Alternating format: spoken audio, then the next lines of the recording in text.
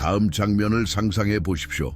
스포트라이트와 카메라로 밝게 비춰진 오벌 오피스에서 미국 대통령이 세계 경제를 단 한 번의 서명으로 재편할 수 있다는 확신에 찬 발걸음으로 연단에 다가섭니다.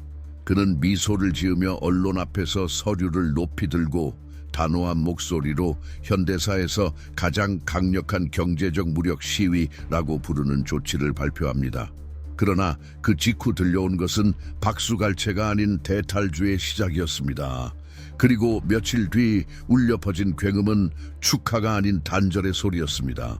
세계에서 가장 강력한 나라, 오랜 동맹이 갑작스럽게 경제적 공격자가 된다면 당신은 어떻게 하시겠습니까? 수십 년간 쌓아온 파트너십이 위협으로 변하고 수백만 명의 사람들의 일자리 투자 안정성이 위태로워진다면요? 바로 이것이 2025년 7월 15일 도널드 트럼프 당시 미국 대통령이 캐나다에서 수입되는 모든 물품에 대해 35%의 관세를 부과하겠다고 발표했을 때 캐나다가 직면한 현실이었습니다. 철강도 아니고 유제품도 아니었습니다. 모든 것에 대한 관세였습니다. 이것은 굴욕을 주기 위한 공격적인 수였고 캐나다가 미국의 요구를 받아들이도록 굴복시키려는 의도가 담긴 조치였습니다. 하지만 문제가 하나 있었습니다. 캐나다는 굴복하지 않았습니다. 그리고 그 순간 미국 국경을 훨씬 넘어 퍼질 불길에 불이 붙었습니다.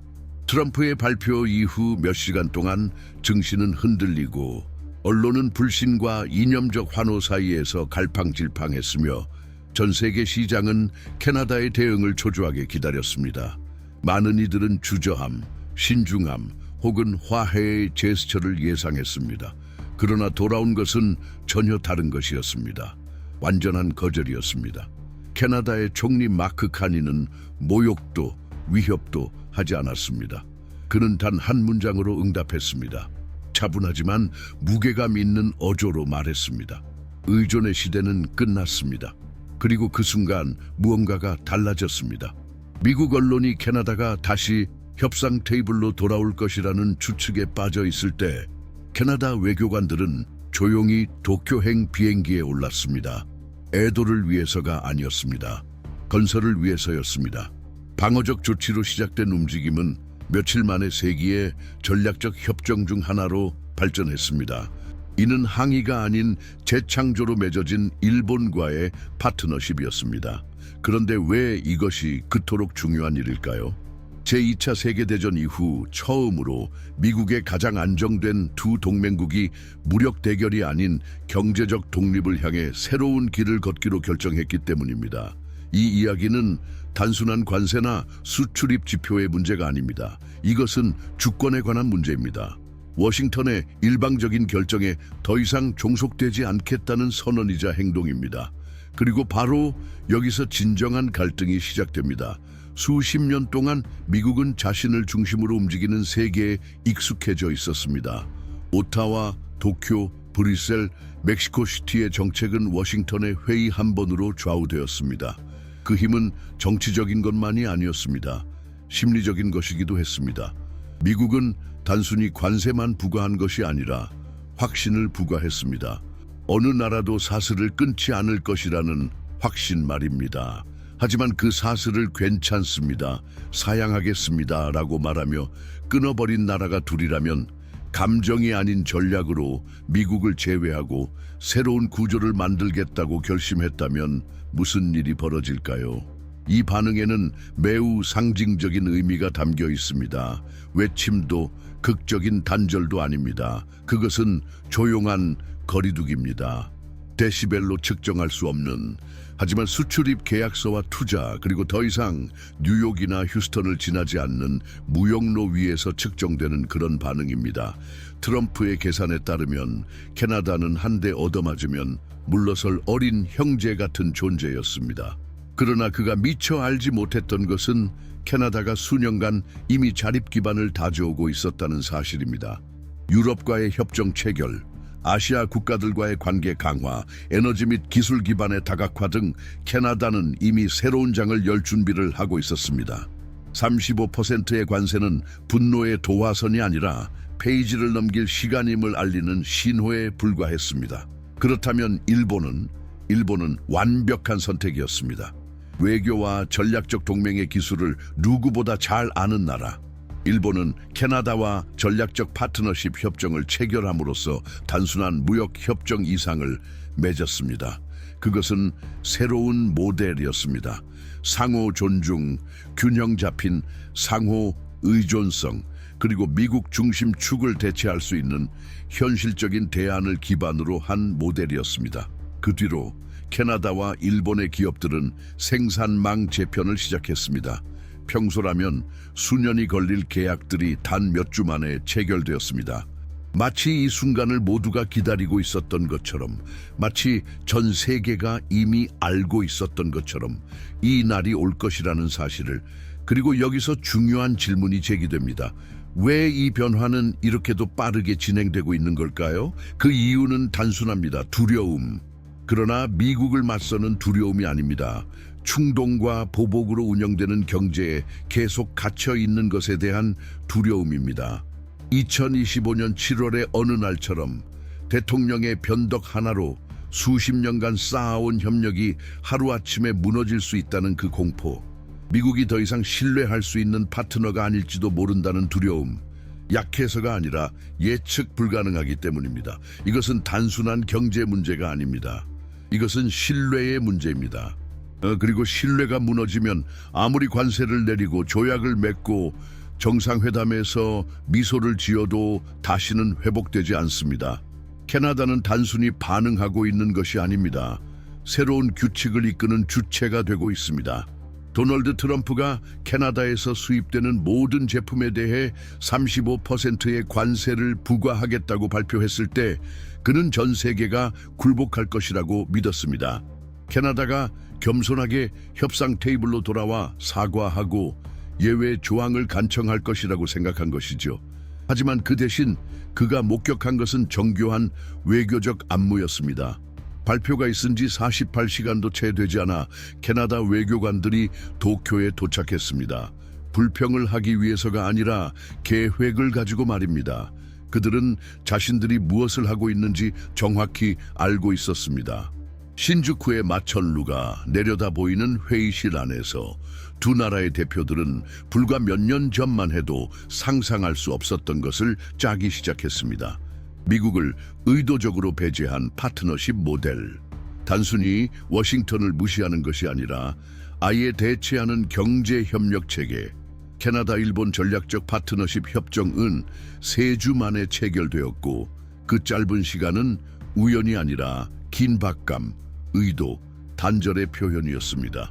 뉴스 밖의 세상에서 사는 이들에게 이 협정은 멀고 기술적이며 추상적으로 느껴질 수 있습니다. 하지만 그 여파는 그렇지 않습니다. 당신의 휴대폰 가격, 연료비, 마트의 진열대, 그리고 무엇보다도 당신의 일자리 안정성에 그대로 영향을 미칩니다. 과장이 아닙니다. 오하이오주 메리스빌 시에서 10년째 일본 자동차 공장에서 근무하던 생산 관리자 아만다의 사례를 보십시오. 그녀는 조립 라인의 동료들, 감독자들, 지역 공급업체들의 이름까지 알고 있었습니다. 그 공장의 존재로 유지되던 하나의 공동체였고 일본 산업과 미국 내륙 지역 간의 공생이었습니다. 그러나 2025년 9월 새 협정 체결 직후 아만다는 한 회의에 불려갔습니다. 공장이 온타리오로 이전된다는 소식이었습니다. 이유는 캐나다와 일본 간의 새 경제 동맹이 더 나은 인센티브, 더 낮은 물류 비용, 그리고 결정적으로 더 높은 무역 안정성을 제공했기 때문입니다. 미국은 이제 그것을 보장하지 못하고 있었죠.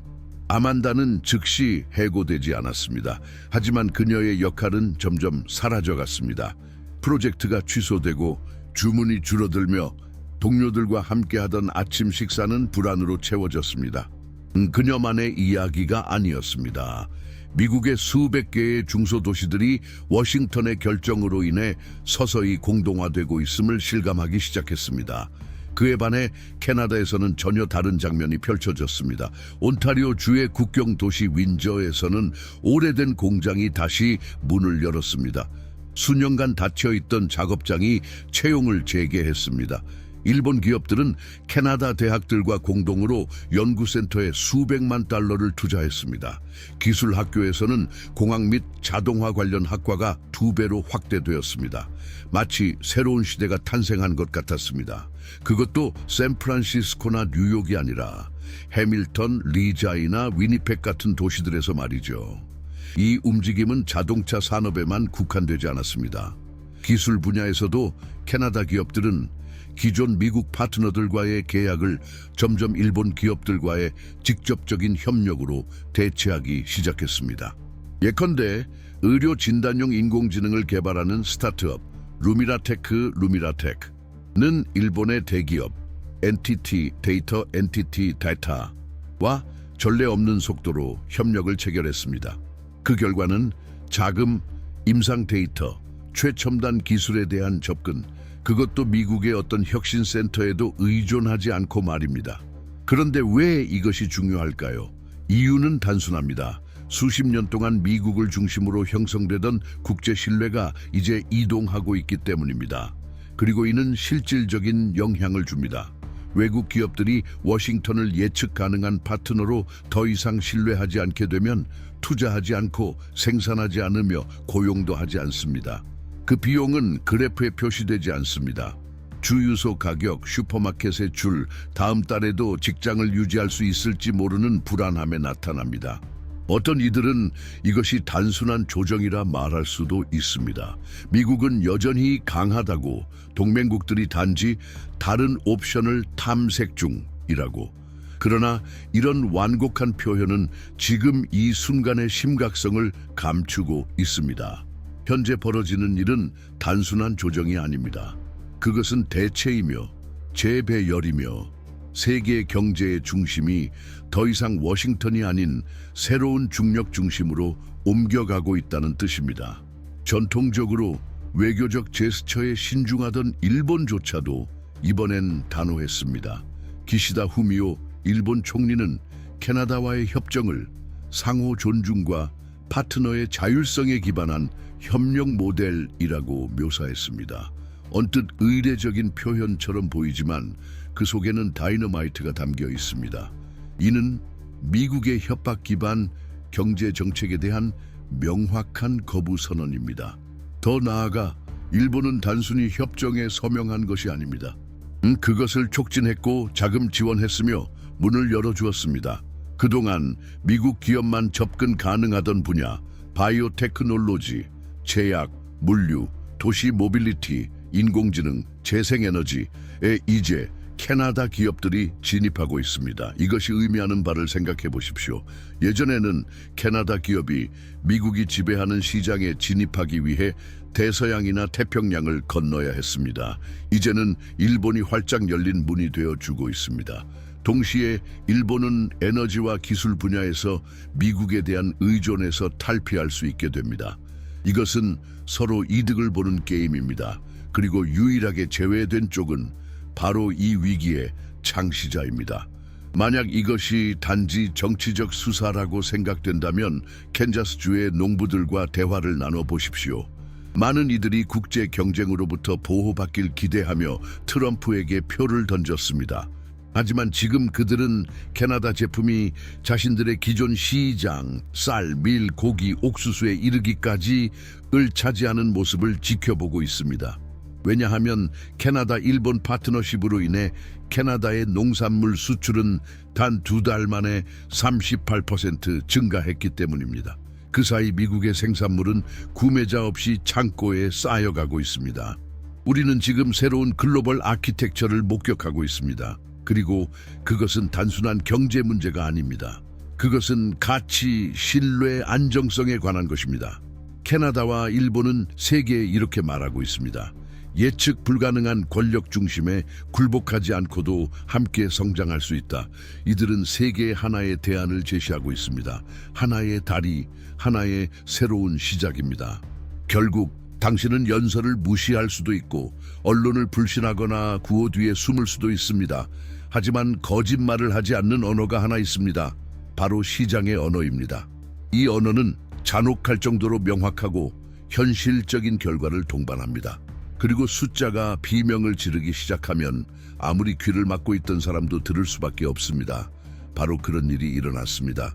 캐나다와 일본 간의 전략적 파트너십 협정이 공식 발표된 다음 날, 정치인들이 마치 아무 일도 없었던 것처럼 행동하고 워싱턴의 대변인들이 그 조약은 중요하지 않다고 맹세하던 그 순간 현실은 월스트리트의 문을 세차게 두드렸습니다.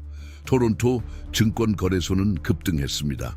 도쿄 증권거래소의 니케이 지수는 2019년 이후 최고치를 기록했습니다.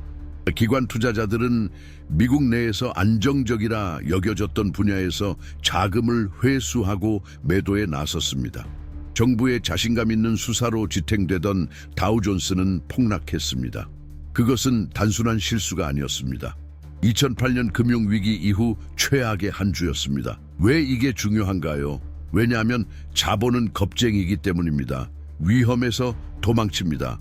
공공정책에 반영되기도 전에 불안정성을 감지합니다.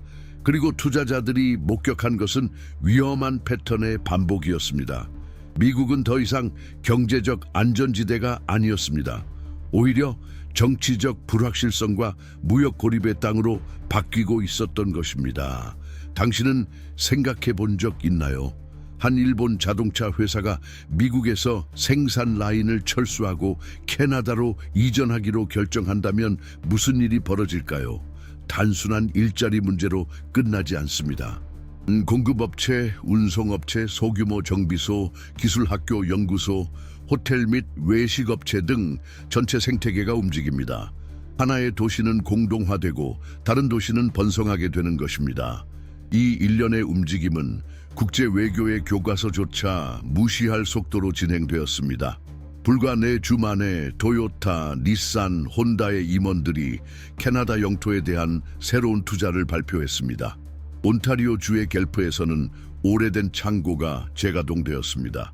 서스케처원주의 세스카툰에서는 일본 기업들이 제공한 장학금 덕분에 기계공학 수업이 학생들로 가득 찼습니다. 그와 동시에 조지아주의 디케이터와 미시간주의 플린트 같은 미국 도시들에서는 정반대의 분위기가 감돌았습니다. 긴급 노조회의, 교대 근무 취소, 임시계약 해지, 새로운 산업 공동화에 대한 공포가 독가스처럼 공기를 뒤덮었습니다. 이 모든 것이 글로벌 경기 침체 때문이 아니라 내부의 정치적 결정 때문이었습니다. 하지만 시장은 거기서 멈추지 않습니다.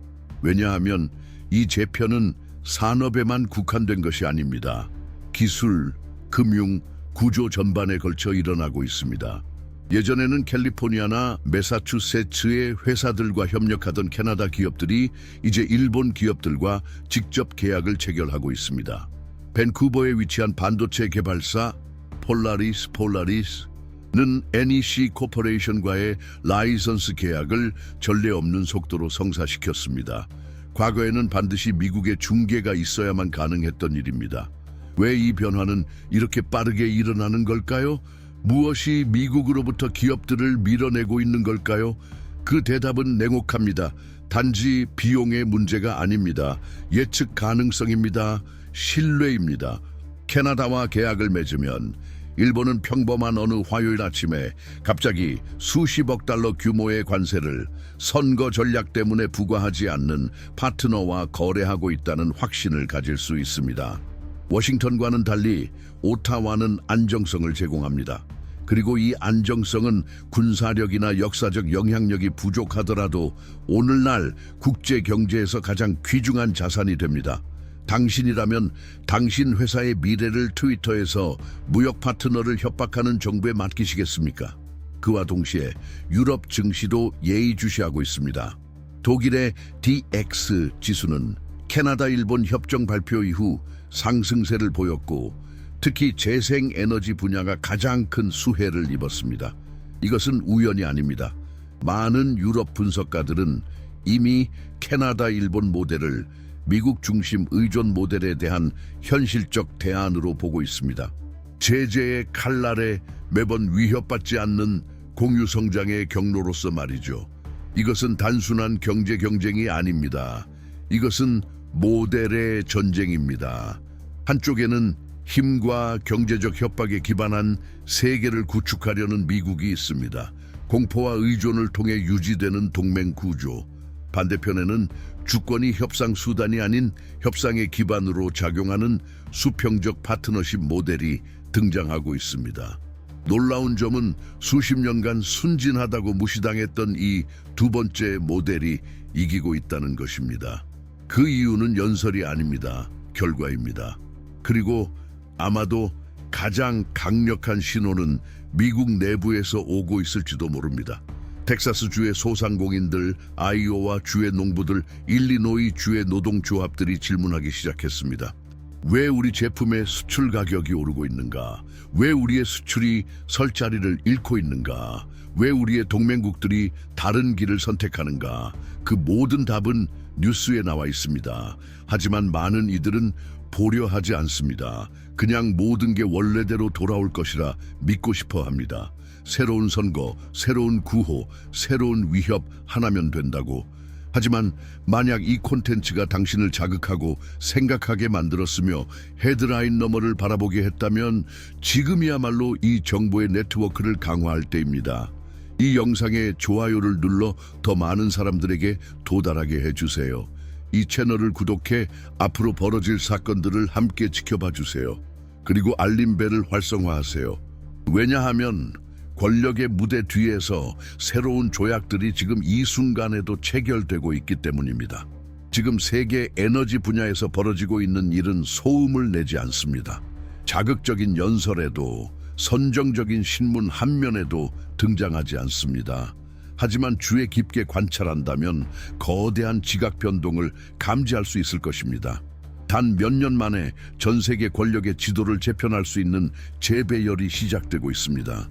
세계에서 가장 에너지 수입 의존도가 높은 국가 중 하나인 일본은 마침내 이 질문에 대담한 선택으로 응답했습니다. 미국 중개업체를 배제하고 캐나다와 직접적인 공급 경로를 구축하는 것. 그러나 이것은 단순한 공급자 변경이 아닙니다. 이것은 에너지 이혼의 시작입니다. 그리고 모든 이혼이 그렇듯 문제는 단순한 계약이 아니라 신뢰입니다.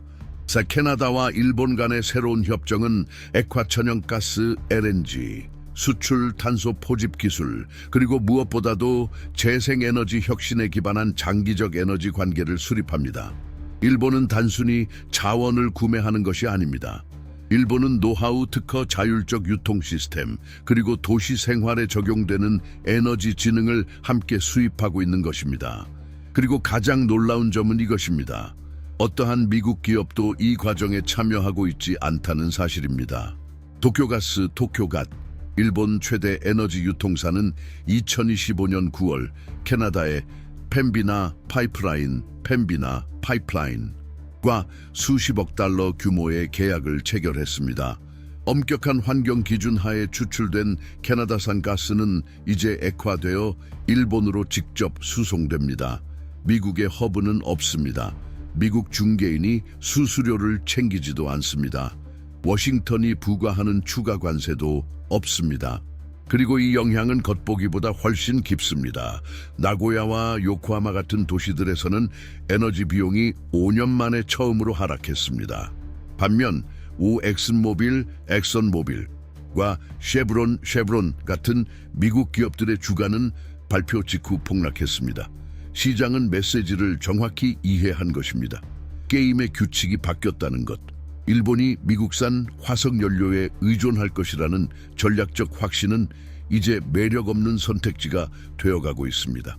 이와 같은 논리는 농업 분야에서도 반복되기 시작했습니다. 캐나다는 트럼프가 부과한 관세로 열린 기회를 활용해 일본으로의 농산물 수출을 크게 확대하고 있습니다.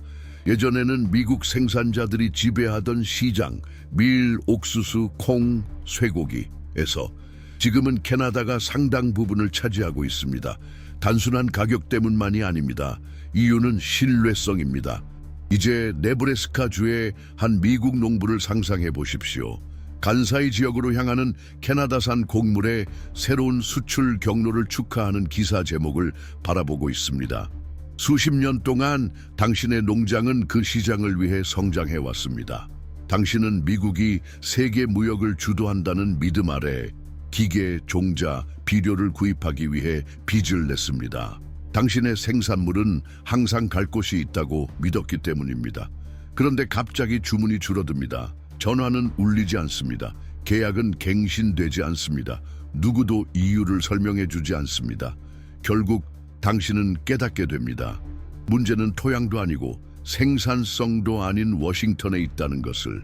농장을 한 번도 밟아보지 않은 사람들이 내린 정치적 허세가 역사적 동맹을 위험에 빠뜨린 것입니다. 그리고 당신의 곡물 수천 톤은 사일로 안에 그대로 남습니다. 이것은 고립된 사례가 아닙니다. 미국 농업부문은 점점 더 전략적 파트너십에서 배제되고 있습니다. 일본은 이제 캐나다로부터 농산물만 수입하는 것이 아닙니다. 일본은 최첨단 농업 기술을 캐나다 농부들에게 수출하고 있습니다. 토양 습도 센서, 정밀 살포 드론, 기후 예측 알고리즘, 수직 농업 시스템까지. 이전에는 미국과 교환하던 기술이 이제는 캐나다와 일본 사이에 독립적인 기술 생태계가 되었습니다. 그리고 어쩌면 가장 아픈 부분은 이것입니다. 이 변화는 엄청난 속도로 진행되고 있다는 것. 기술 기업들이 수십 년을 투자해 이룬 성과를 캐나다의 농민과 연구자들은 불과 몇 달 만에 따라잡고 있습니다. 이 새로운 혁신의 회랑은 이제 더 이상 실리콘밸리, 보스턴, 휴스턴에 의존하지 않습니다. 당신은 이렇게 생각할 수도 있습니다. 그래도 이건 기업이나 수출 이야기잖아. 틀렸습니다. 캐나다 제약회사 비오누라데티라는 2025년 10월 일본의 타케다 기란과 자가 면역 질환 치료를 위한 유전자 치료 공동 개발 협약을 체결했습니다. 전통적으로 이 같은 협력은 MIT나 존스 홉킨스 같은 미국 대학과 연구소가 포함되어야 했습니다. 그러나 이번엔 아닙니다. 연구소는 몬트리올과 오사카, 특허는 이중 언어, 수익은 양국이 나눕니다. 그리고 미국 또다시 제외됐습니다. 이 모든 움직임은 더 큰 것을 암시합니다. 신뢰의 재편. 수십 년 동안 미국과의 협력을 중심으로 성장 전략을 구성하던 국가들이 이제는 병렬 구조를 스스로 구축하고 있는 것입니다. 단순히 관세를 피하려는 것이 아닙니다. 불안정성에서 벗어나려는 것입니다. 미국의 선거 주기마다 위협받지 않는 상호의존의 네트워크를 구축하려는 시도입니다. 그리고 당신이 이 모든 것이 한 번의 선거, 덜 충동적인 새 대통령으로 뒤집어질 수 있다고 생각한다면 다시 생각하십시오. 캐나다와 일본 사이에서 구축되고 있는 것은 임시방편이 아닙니다. 즉흥적인 것도 아닙니다. 구조적인 변화입니다. 가스관, 항만, 저장소, 연구소, 운송망, 그리고 양자 보호 조항을 포함한 장기 조약입니다. 워싱턴 없이 미래를 설계하기 위한 수십 년치의 선행 계획입니다. 새로운 파트너십 축을 선택하는 각국은 자신이 대체 불가능하다고 믿었던 제국의 몰락을 가속화하고 있습니다. 그리고 이 몰락은 진짜 몰락이 그렇듯이 요란한 소리 없이 진행됩니다.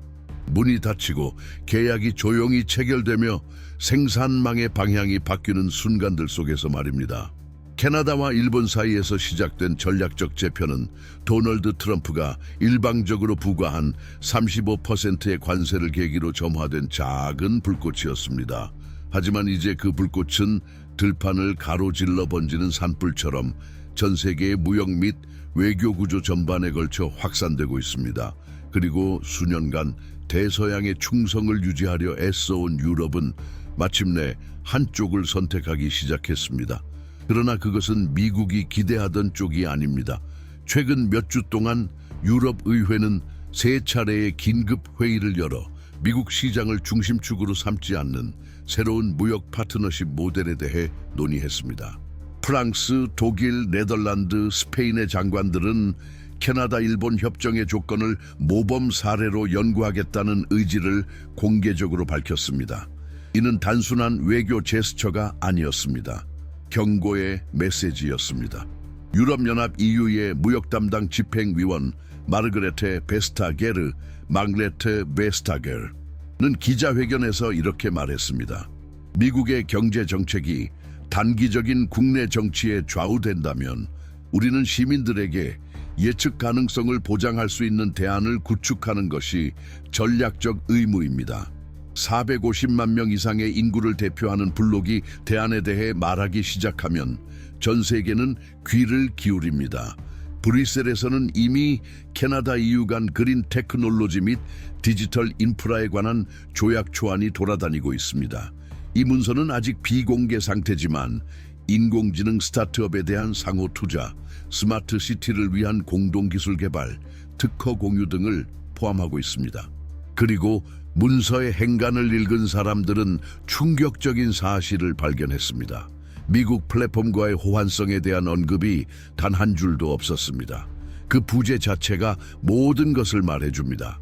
지금까지 캐나다 일본 협정은 에너지, 농업, 기술 분야에서 직접적인 결과를 낳았습니다. 하지만 이제 우리는 더 근본적인 정신의 전환을 목격하고 있습니다. 수십 년 동안 같은 대본을 따라온 나라들이 그 대본을 찢어버리고 있는 것입니다. 왜일까요? 그들은 미국의 궤도 밖에도 삶이 존재한다는 사실을 깨달았기 때문입니다. 그리고 더 중요한 것은 그 궤도 밖에 더 많은 안정성, 협력, 상호 이익이 있다는 것을 발견했기 때문입니다. 미국은 대체 불가능하다는 믿음은 구체적인 현실에 의해 무너지고 있습니다. 이탈리아에서는 국제정책연구소 Institute of International Policy가 발표한 보고서에 따르면 2025년 7월부터 10월까지 유입된 외국인 직접 투자 FDI의 57% 이상이 미국과 직접적으로 연계되지 않은 국가들로부터 이루어졌다고 합니다. 전년도 같은 기간에는 32%에 불과했습니다. 이 차이는 우연이 아닙니다. 방향 전환의 신호입니다. 북대서양 조약기구 네이토가 대서양 동맹의 상징이었던 시절을 기억하시나요? 이제는 그와 병행하여 미국의 우산 밖에서 작동하는 연구 컨소시엄, 환경협력, 산업생산협정 제안이 속속 등장하고 있습니다. 놀랍게도 이들은 중국이나 러시아 같은 전통적 강대국이 주도하는 것이 아니라 캐나다, 일본, 독일, 심지어 호주가 주도하고 있습니다. 이것이 새로운 전염, 촌타교입니다. 이것은 이념적이지도 군사적이지도 않습니다. 구조적 전염입니다. 효율성, 예측 가능성, 상호성에 기반한 전염입니다. 그 이유는 단순합니다. 국가들은 이제 워싱턴의 선거철마다 관세로 위협받는 것에 지쳤습니다. 선택하지도 않은 경제전쟁의 말단 병사로 취급받는 데 지쳤습니다. 보답받지 못하는 충성을 위해 국민들의 안녕을 위험에 빠뜨리는 데 지쳤습니다. 한국의 경우를 살펴봅시다. 수십 년간 한국은 미국의 아시아 경제 군사 전략의 핵심 축이었습니다. 하지만 반도체 관련 무역 충돌 이후 한국 최대 기업 삼성은 차기 생산 라인을 캐나다에 설치하겠다고 발표했습니다. 이유는 세제 혜택, 에너지 안정성, 그리고 일본 및 EU와의 다자간 무역 협정입니다. 미국의 전통적 우방 기업이었던 한국 기업이 향후 10년간의 성장 거점으로 캐나다를 택한 것입니다. 그리고 이 흐름은 삼성만이 아닙니다. LG와 현대차도 미국 내 확장 계획을 재검토하고 있습니다. 이 흐름은 어디까지 갈 수 있을까요? 오랫동안 상업적 의존과 정치 개입 사이에 갇혀있던 라틴 아메리카도 새로운 루트를 모색할 수 있을까요? 콜롬비아는 이미 일본으로부터 도시 모빌리티 기술을 직접 수입하기 위한 협상을 시작했습니다. 칠레는 캐나다산 비료를 유럽 자금으로 구매하기 시작했습니다. 이 모든 것이 단지 6달 전 트럼프의 관세 조치 이후에 벌어진 일입니다. 패턴이 보이기 시작하셨나요? 그렇다면 그 패턴은 실제로 존재하며 되돌리기 어려운 흐름이 되고 있다는 것을 이해하고 계신 겁니다. 그리고 어쩌면 가장 예상 밖의 신호는 독일로부터 나왔습니다. 최근 독일 정부는 에너지 및 기술 관련 계약에서 미국 달러 의존을 피하기 위해 유로화와 캐나다 달러 간의 양자 거래 테스트를 시작하겠다고 발표했습니다. 별거 아닌 것처럼 들리나요? 지금도 전 세계 무역의 60% 이상이 미국 달러로 이루어지고 있습니다. 그 수치가 떨어지기 시작하면 미국 경제에 가해질 충격은 치명적일 수 있습니다. 이제 상상해 보십시오. 당신은 시카고의 소규모 자영업자입니다. 수입 부품을 사서 멕시코, 캐나다, 유럽의 고객들에게 판매하고 있습니다. 그런데 어느 날 배송 일정은 늦어지고 세금은 더 비싸지고 고객들은 캐나다 공급 업체를 선호하기 시작합니다. 왜냐하면 물류가 더 빠르고 비용이 더 낮으며 규정이 더 명확하기 때문입니다. 당신은 국제 정치에 대해 잘 모릅니다.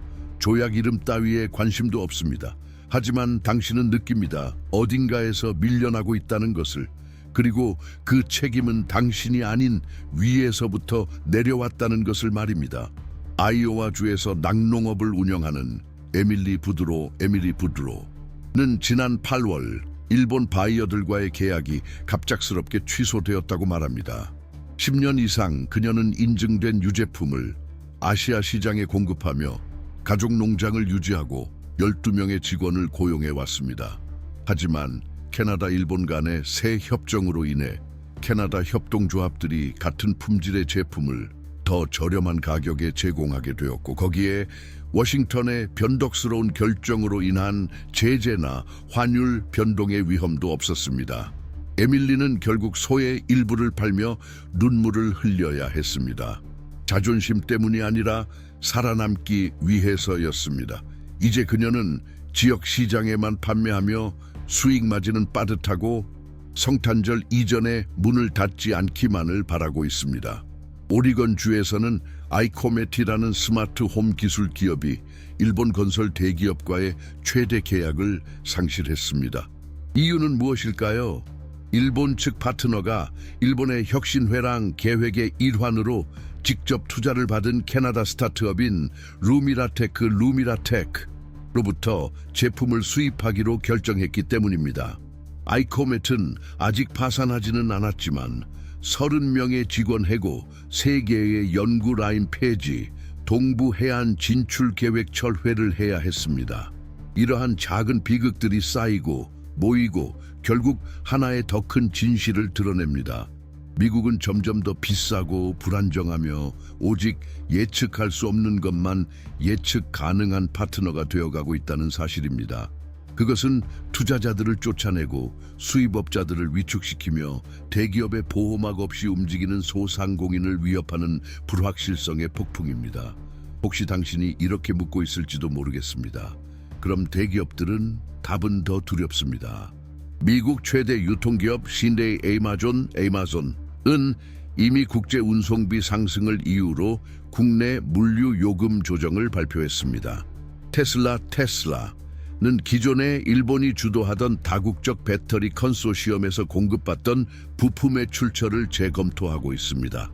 이제 일본이 캐나다와의 파트너십을 우선시하면서 테슬라의 공급망은 더 비싸지고 덜 안정적이게 되었으며 그 차액은 고스란히 소비자 가격에 전가되고 있습니다. 심지어 코스코스나 타겟과 같은 유통 대기업들조차 기존 공급 계약을 조정하고 새로운 무역 장벽을 우회하기 위한 대체 경로 확보에 나서고 있습니다. 하지만 이 움직임은 대가를 수반합니다. 가격 인상, 배송 지연, 물류 전반에 퍼지는 도미노 효과. 그리고 이 모든 가운데 가장 큰 타격을 입는 이들은 결정 과정에 전혀 참여하지 않았던 사람들입니다. 당신, 당신의 가족, 당신의 이웃들. 생각해 보십시오. 당신의 일상 속에 있는 수많은 제품들은 얼마나 많은 수입 원재료에 의존하고 있을까요? 전자기기부터 가공식품, 의약품, 농업용 비료에 이르기까지 이 복잡하고 광범위한 공급망은 미국이 세계 중심에 있으면서도 신뢰할 수 있는 연결고리였던 시대에 구축된 것입니다. 그 연결고리가 흔들릴 때 전체 시스템은 휘청거립니다. 그리고 당신이 지금 겪고 있는 현실, 그것은 단지 팬데믹이나 국제위기의 결과가 아니라 국내 결정으로 인한 고립이 초래한 인플레이션입니다. 천천히 출혈하는 경제, 그럼에도 불구하고 리더들은 실수를 인정하지 않고 존재하지도 않는 칩을 되찾으려 도박을 계속하고 있는 현실입니다. 그리고 여기에는 거의 언급되지 않지만 치명적인 또 다른 요소가 있습니다. 심리적 영향. 노동자가 자신의 삶의 안정성이 수천 킬로미터 떨어진 곳에서 자신의 참여 없이 예측 불가능한 방식으로 내려진 결정에 달려 있다는 걸 자각하는 순간 통계에는 잡히지 않지만 몸속 깊이 퍼지는 불안감이 생깁니다. 실직의 공포, 사업 파산의 위험, 타지로 떠밀리는 두려움, 통장 잔고를 볼 때 숨이 막히는 감각, 무너져가는 심리적 안전망, 그리고 이 모든 것이 정반대의 것을 약속했던 나라에서 벌어지고 있다는 사실. 번영의 약속, 국내 일자리, 경제적 안정. 하지만 실제로 벌어진 일은 시장 봉쇄, 생산망 붕괴, 동맹 이탈, 그리고 그중 가장 악의적인 부분, 여전히 우리가 이기고 있다는 내러티브가 팔리고 있다는 것. 그렇다면 묻습니다. 우리는 과연 무엇을 이기고 있는가? 국제적 배제, 동맹의 신뢰 상실, 자국민의 희생이 성장의 대가라면 그것은 결코 승리가 아니라 허세로 포장된 실패입니다. 그리고 여전히 이렇게 말하는 사람들이 있습니다. 미국인은 강하다, 견딜 수 있다. 하지만 이 시점에 이르러 전통적으로 정부를 지지하던 산업계조차 흔들리고 있습니다. 농업단체, 산업연맹, 보수 진영 일부도 이제는 불편함을 드러내기 시작했습니다. 왜냐하면 계산서가 도착했기 때문입니다. 단지 경제적인 것이 아닙니다. 정치적이고 도덕적이며 제도적입니다. 그리고 가장 아이러니한 사실은 무엇일까요? 이 모든 것은 대화로, 경청으로, 외교로 피할 수 있었던 일들이라는 점. 하지만 대신 선택된 것은 협박, 채찍처럼 사용된 관세, 방법론이 아닌 궁지로 몰아넣는 최후 통첩. 그리고 지금 그 대가는 경제 기사 제목에만 그치지 않고 당신의 일상 속으로 파고들고 있습니다. 우리가 지금 목격하고 있는 것은 종결이 아니라 각성입니다. 이것은 국제 정치의 새로운 순환의 개막입니다. 강요보다 존중이 우선시되고 힘보다 정당성이 자리 잡으며 국가의 크기가 그 목소리의 무게를 결정하지 않는 시대의 시작입니다. 이제는 협박이 아닌 균형에 기반한 조약이 체결되고 신뢰가 새로운 지정학적 자산이 되어가는 세상이 떠오르고 있습니다. 그리고 이러한 역사적 전환점 앞에서 미국도 여전히 역할을 가질 수 있습니다. 그러나 그것은 오직 전략적 겸손의 길을 선택할 때에만 가능한 일입니다. 우월성의 단상에서 내려오고 고립된 지휘의 시대가 외부의 탓이 아니라 스스로 선택한 결과임을 인정할 수 있을 때 공유된 규칙, 진정한 파트너십, 외교를 지배가 아닌 구축의 도구로 삼는 길을 다시 걸을 수 있습니다. 하지만 이 변화 속에서 더 강력한 메시지가 있습니다. 국가는 맹목적 복종에 저주받지 않았다는 진실입니다. 그들은 반응할 수 있습니다. 서로 협력할 수 있습니다. 새로운 네트워크를 엮고 스스로 조항을 작성하며 자신만의 경로를 재설정할 수 있습니다. 그리고 그렇게 함으로써 보다 공정한 경제, 더 일관된 다자주의, 덜 불균형한 세계화를 일굴 수 있습니다. 캐나다와 일본은 그걸 행동으로 증명했습니다. 과장하지 않았고 결정을 내렸습니다. 보복이 아닌 정의를 추구했고 관계를 좁히고 파트너십을 다변화하며 더 이상 존중하지 않는 이들에게 의존하지 않고도 성장할 수 있음을 보여주었습니다. 그들은 단호했습니다. 효과적이었습니다. 무엇보다도 이전 질서가 무너지는 혼돈 속에서 새로운 길을 개척할 만큼 대담했습니다. 이제 전 세계의 시선은 다른 나라들을 향하고 있습니다. 그들도 용기를 내어 전진할 것인가? 아니면 여전히 자국의 이익에 부합하지 않는 충성심에 발목이 잡혀 있을 것인가? 당신이 이 여정을 처음부터 함께해 오셨다면 아실 겁니다. 이 질문에 대한 해답은 대통령 집무실이나 국제 포럼에만 있지 않다는 것, 당신에게도 달려 있다는 것, 당신이 내리는 매일의 선택, 당신이 지지하는 제품 하나하나, 당신이 공유하거나 비판하거나 퍼뜨리는 정보들, 그 모든 것이 이 전환기의 방향을 정의하는 데 기여합니다. 그러니 이 콘텐츠가 당신 안에 무언가를 일깨웠다면 지금 좋아요를 눌러주세요. 구독 버튼을 눌러 이 변화가 어떻게 세계의 금융 흐름, 미국 달러의 역할, 기후 조약, 국제 권력 구조를 재설계하고 있는지에 대한 다음 분석을 함께 해주세요. 그리고 댓글로 가장 인상 깊었던 점을 남겨주세요. 당신의 목소리는 중요합니다. 당신의 성찰은 세상에 영향을 줍니다. 세상은 기다려주지 않습니다. 이미 변화하고 있습니다. 새로운 세계 질서는 지금 건설 중이며 당신의 의식은 그 핵심 구성 요소입니다. 여기까지 함께해 주셔서 감사합니다. 속도와 소음의 시대에 깊이를 선택해 주셔서 감사합니다. 다음 영상에서 다시 뵙겠습니다. 감사합니다.